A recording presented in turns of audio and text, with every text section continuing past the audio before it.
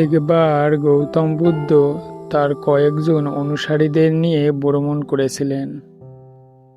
পথে এক হ্রদ পড়লে বুদ্ধ তার শিষ্যদের একজনকে বললেন, আমি খুব তৃষ্ণার্ত, আমার জন্য হ্রদ থেকে কিছু পানি নিয়ে আসো। এ কথা শুনে শিষ্য হ্রদে গিয়ে পৌঁছানো মাত্র একটি গরুর গাড়ি হ্রদ অতিক্রম করতে শুরু করে। ফলে পানিতে ঘূর্ণন ওঠে এবং তা কর্দমাক্ত হয়ে যায়। শিষ্য ভাবল, এই পানি আমি বুদ্ধকে কি করে পান করতে দিব। তাই তিনি ফিরে আসেন এবং বুদ্ধকে বলেন, সেখানে পানি খুব ময়লা, এটা পান করার উপযুক্ত নয়। প্রায় আধ ঘন্টা পর বুদ্ধ আবার একই শিষ্যকে যেতে বলেন।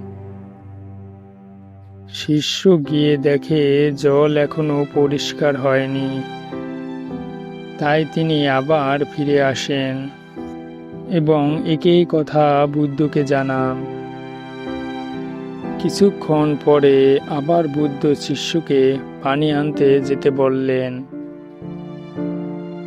এই সময় শিষ্য দেখল কাদা স্থির হয়ে গেছে এবং জল পরিষ্কার। অতঃপর তিনি একটি পাত্রে কিছু পানি সংরক্ষণ করে এনে বুদ্ধের জন্য নিয়ে এলো। বুদ্ধ পানির দিকে তাকিয়ে শিষ্যকে বললেন, দেখো, এই জল পরিষ্কার করার জন্য তুমি কি করেছ? শিষ্য বললেন, কিছুই না। বুদ্ধ বললেন, এই জল পরিষ্কার হওয়ার জন্য তুমি শুধু অপেক্ষা করেছ, আর কাদাগুলি নিচ থেকেই স্থির হয়ে নিচে জায়গা মতো ফিরে গেছে এবং জল পরিষ্কার হয়ে গেছে। তোমার মনও ঠিক তেমন।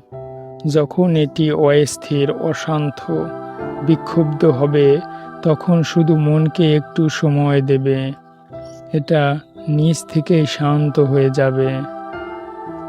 আর এই অশান্ত মনকে শান্ত করার কোনো প্রচেষ্টা বা জবরদস্তিরই প্রয়োজন নাই।